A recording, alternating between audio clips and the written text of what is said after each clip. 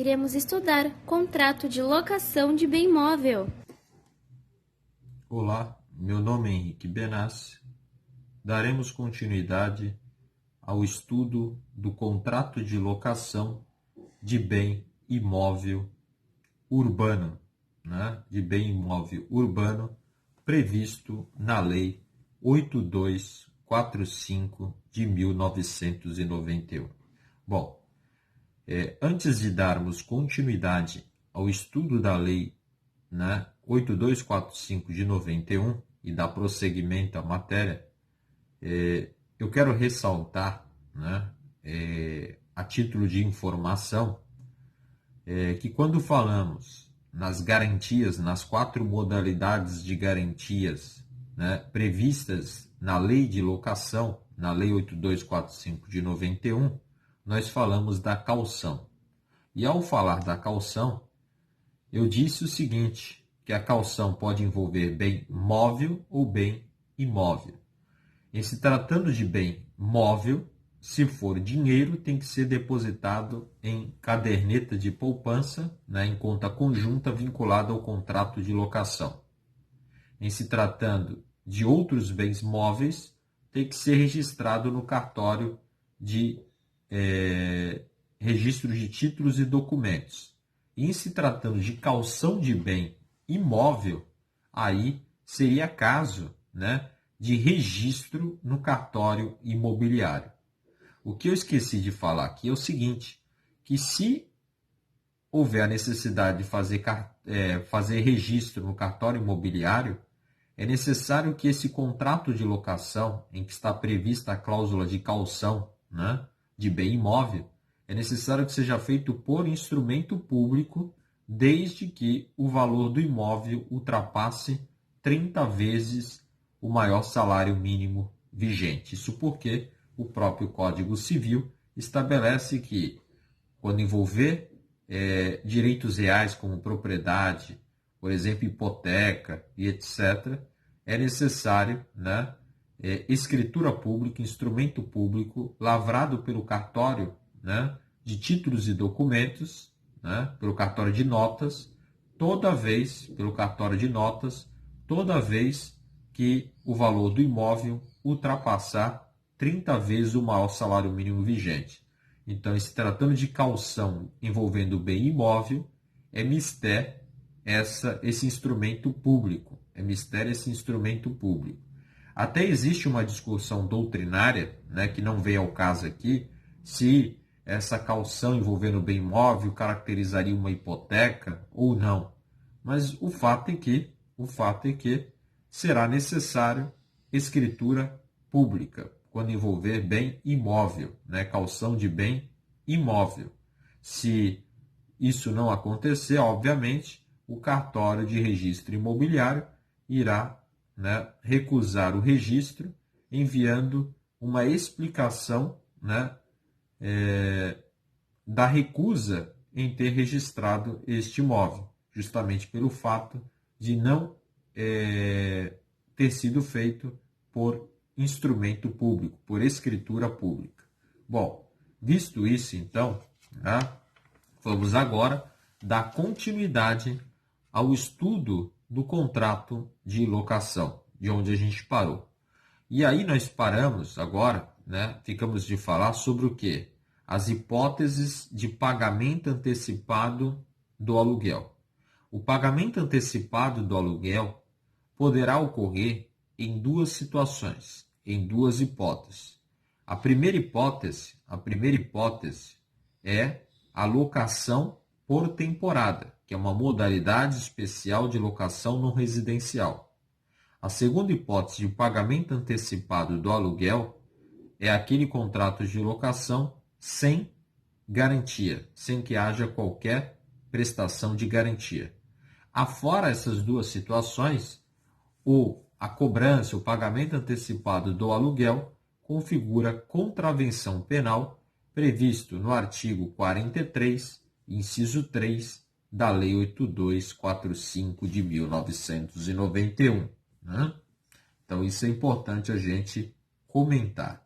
Bom, um outro ponto que nós temos que tratar em relação em relação ao contrato de locação, né, diz respeito à locação por temporada. Veja, nós vimos que a locação por temporada é uma modalidade especial,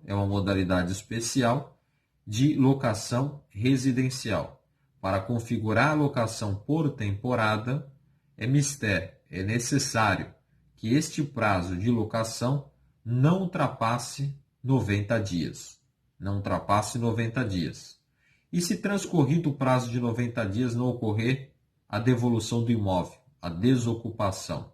Nesse caso, se passados os 90 dias, termina a locação por temporada.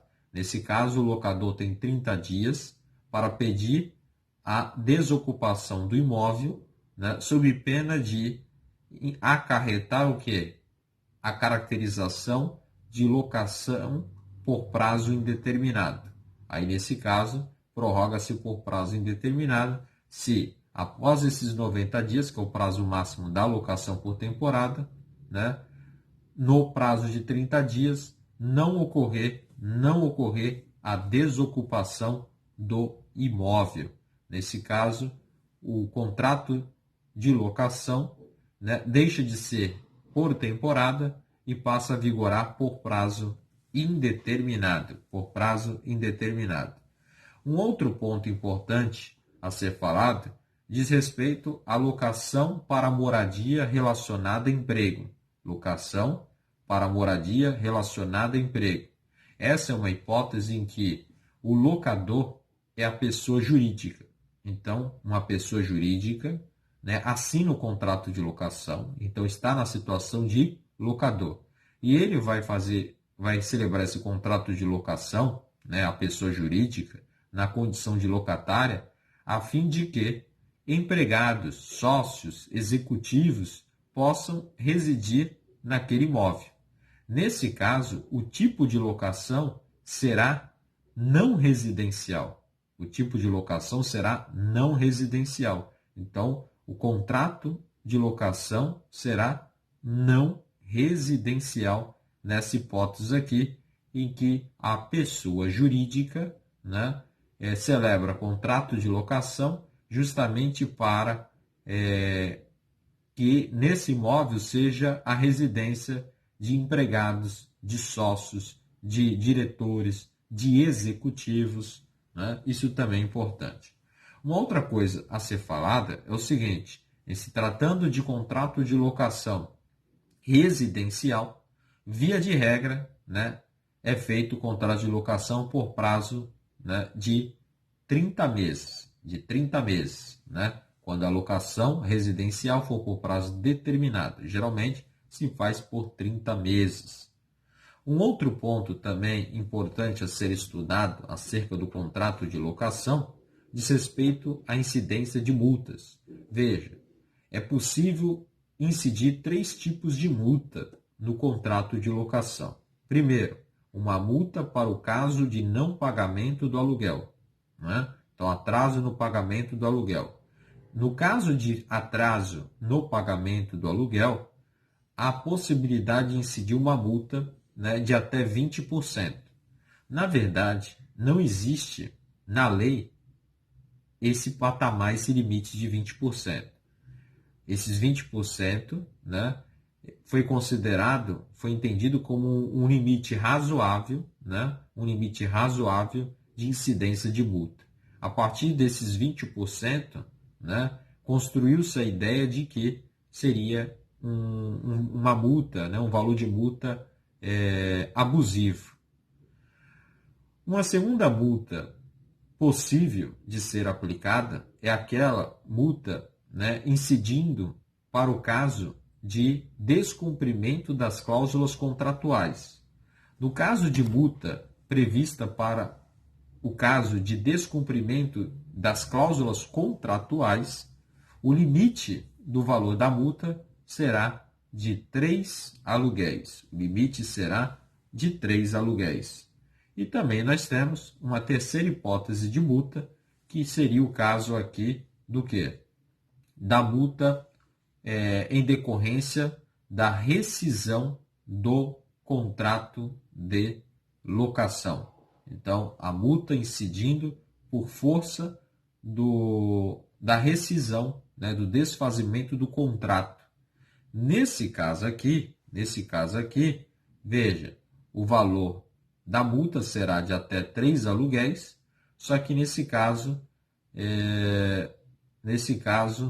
o locatário só irá pagar o valor da multa correspondente ao tempo que faltar. Então, será proporcional ao tempo que faltar. Então, por exemplo, o contrato de locação foi por 3 anos. Ele já está no imóvel durante 2 anos. E aí, então, ele decide, após esses 2 anos, decide o quê? Entregar o imóvel. Nesse caso, a multa deve incidir pelo tempo remanescente. Qual é o tempo remanescente? 1 ano. Só faltava 1 ano. Então, tem que ser proporcional a esse período que faltava, que é 1 ano. Então, por exemplo, no caso aqui, o valor da multa será limitada a 3 aluguéis e tem que ser proporcional. Então, essa é a ideia. Paga-se 3 aluguéis, mas esses 3 aluguéis será proporcional. Por exemplo, vamos imaginar que o aluguel é de R$1.000. O aluguel seja de R$1.000. Bom, sendo o aluguel de R$1.000, né, se ele já está 2 anos, né, qual que seria o limite do valor da multa? R$3.000. Mas se ele já está 2 anos no imóvel, tem que ser proporcional. Então, ele só deve pagar a título de multa R$1.000.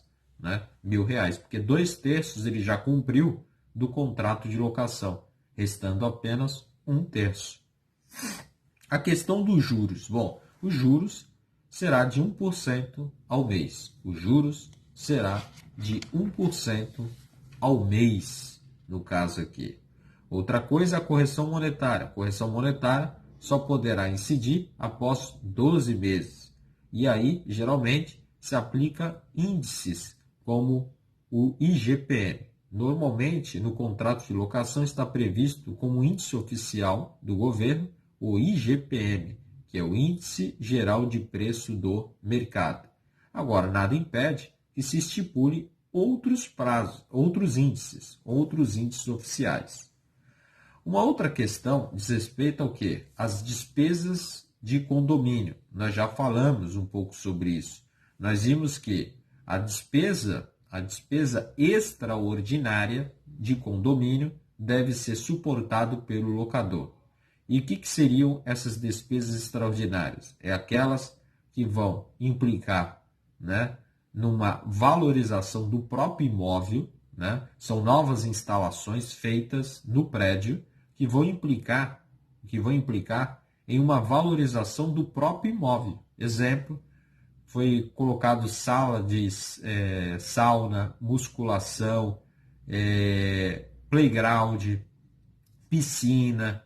Então, essas despesas devem ser arcadas pelo locador. Agora, o locatário irá arcar com as despesas ordinárias do condomínio, aquelas despesas rotineiras, inclusive aquelas despesas rotineiras, né, que ocorreram por força, né, daquelas novas instalações que foram pagas, né, pelo locador, né, a título de condomínio, né, a título de despesa extraordinária de condomínio. Então, nesse caso aqui, quem paga as despesas ordinárias de condomínio é o locatário.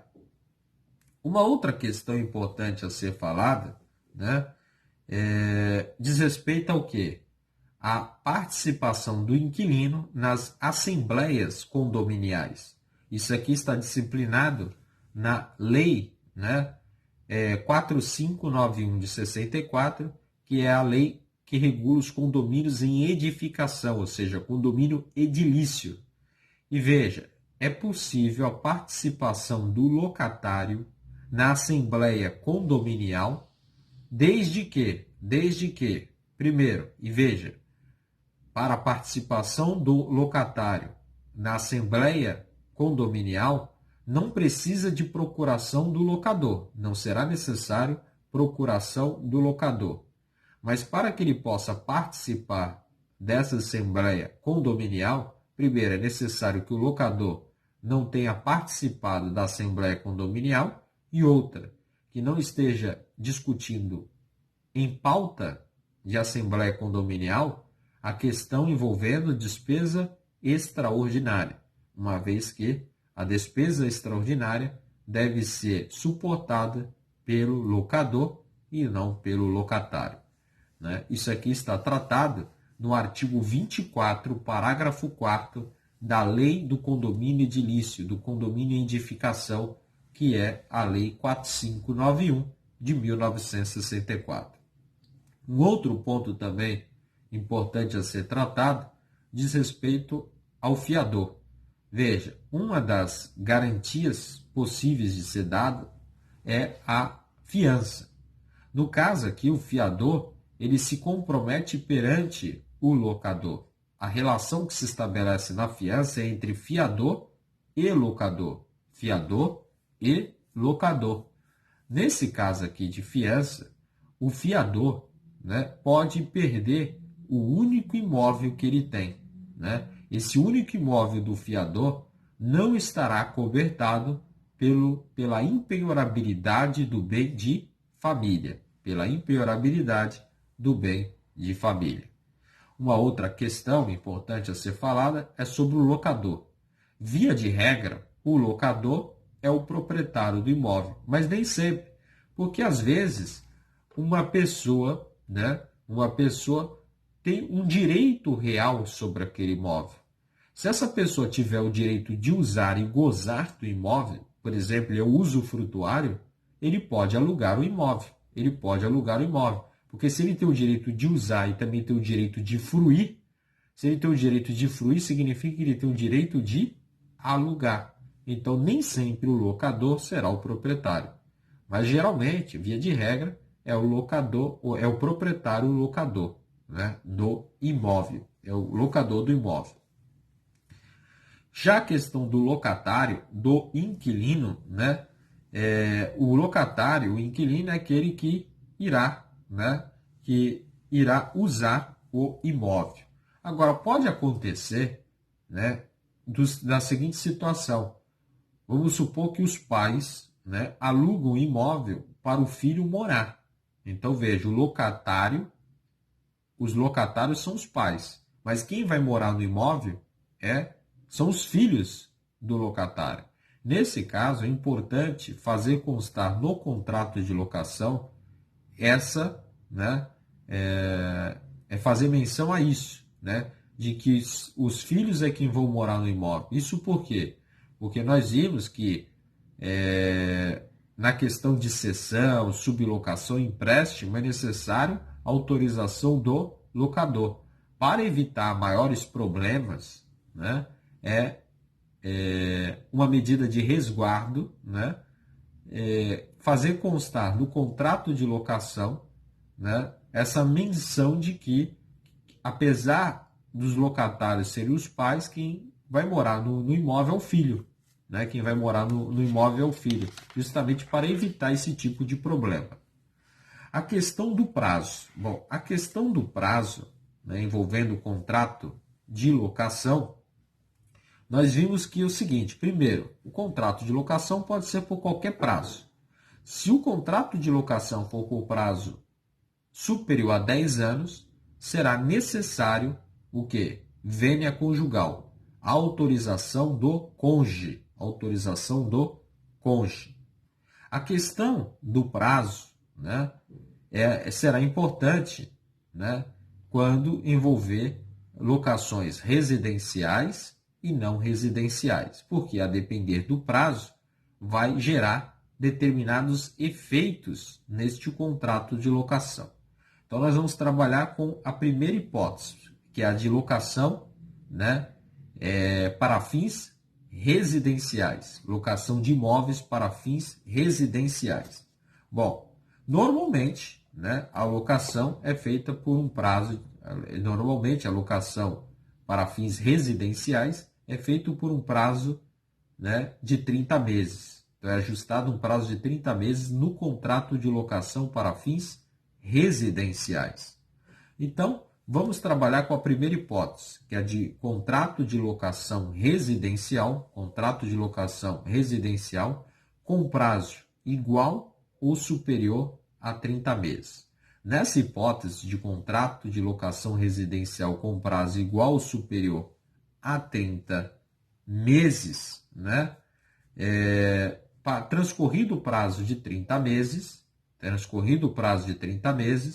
o locador, querendo o imóvel de volta, tem o prazo de 30 dias para pedir a desocupação desse imóvel, sob pena de não o fazendo, né, caracterizar o quê? Um contrato de locação por prazo indeterminado, valendo-se o quê? As demais cláusulas do contrato. Por exemplo, permanecerá o valor do aluguel, né? O mesmo valor do aluguel. Então, as demais cláusulas do contrato permanecerão, com exceção do prazo, que agora vai vigorar por prazo indeterminado. Isso no caso de locação, né, residencial por prazo igual ou superior a 30 meses.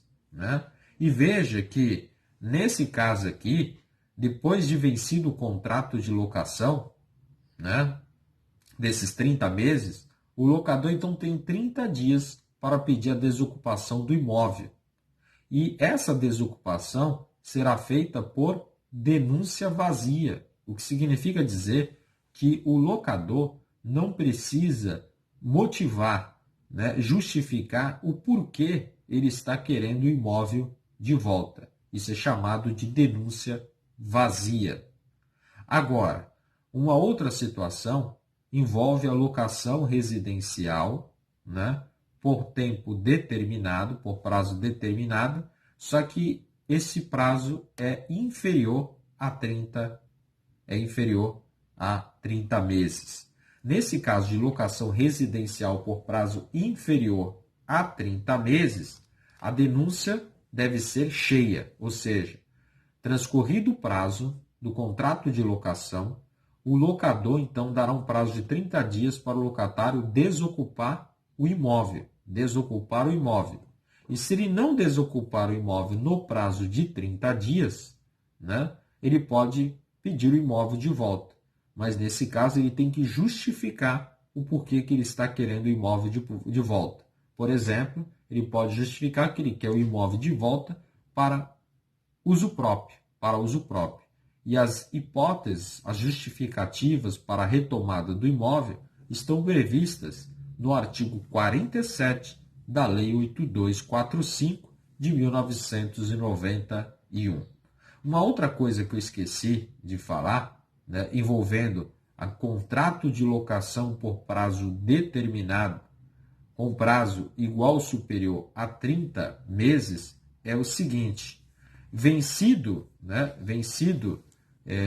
o prazo de 30 meses, o locador vai então pedir, né, o imóvel de volta ao locatário. E o locatário tem o prazo de 30 dias para desocupar. Nesse caso aqui, veja bem, se o locatário não desocupar nesse prazo de 30 dias, é importante que o locador promova a ação de despejo, né, antes de vencido esse prazo de 30 dias. Por quê? Se deixar passar o prazo de 30 dias, o locador até poderá ajuizar a ação de despejo, mas nesse caso, o juiz dará um prazo de 6 meses ao locatário para desocupação. É a hipótese prevista no artigo 61 da Lei do Inquilinato, da Lei 8245 de 1991. Bom, um outro ponto a ser tratado, que também é importante, diz respeito, né, à locação de imóvel não residencial. Nesse caso, o contrato de locação pode ser por qualquer prazo. Só que acontece o seguinte: o locatário terá um direito aqui, o direito à ação renovatória. O que seria essa ação renovatória? É a possibilidade do locatário se manter no imóvel, nesse imóvel. E quando que ele terá o direito de renovar compulsoriamente o contrato de locação, com base nessa ação renovatória? Primeiro, é mister que este contrato tenha sido celebrado por escrito, por prazo determinado. É necessário que este locatário esteja no imóvel há pelo menos 5 anos ininterrupto e que ele tenha exercido no imóvel o mesmo ramo de atividade por um prazo mínimo de 3 anos. E, além disso, a ação renovatória tem que ser proposta até 6 meses antes do vencimento do contrato de locação. O que significa dizer que o locatário tem que propor a ação renovatória nos primeiros 6 meses, né, do último ano do prazo. Nos primeiros 6 meses do último ano do prazo. Ou, em outras palavras, ele tem que propor ação renovatória no primeiro semestre do último ano, né, de vigência do contrato de locação. Se ele preencher esses requisitos, ele terá direito à ação renovatória. E aí, então, será renovado compulsoriamente o contrato de locação. Uma outra questão envolve aqui o imóvel para a temporada. Bom, a questão do imóvel para a temporada está regulado no artigo 48 da Lei 8245 de 1991. E veja, a característica aqui, veja, primeiro, o imóvel por temporada é uma espécie de locação residencial, uma modalidade especial de locação residencial que tem uma característica primordial, que é servir de residência temporária para o locatário. Por exemplo, o locatário está reformando a sua residência, e aí então ele aluga por temporada aquele imóvel. Por exemplo, ele vai alugar aquele imóvel por temporada para fins de lazer. Então, veja, o importante é que no contrato de locação por temporada não pode ultrapassar o prazo de 90 dias. Logo, o contrato de locação por temporada, né, não pode ser superior ao prazo de 30 dias. Não pode ser superior ao prazo de 90 dias. Ultrapassado o prazo de 90 dias, nesse caso, né, transcorrido 30 dias após o vencimento desse prazo de 90 dias, o contrato por temporada passa a vigorar por prazo indeterminado. Com isso, nós iremos dar uma parada e no próximo vídeo iremos terminar contrato de locação envolvendo bem imóvel urbano. Até logo. Assista aos outros vídeos e se inscreva no canal.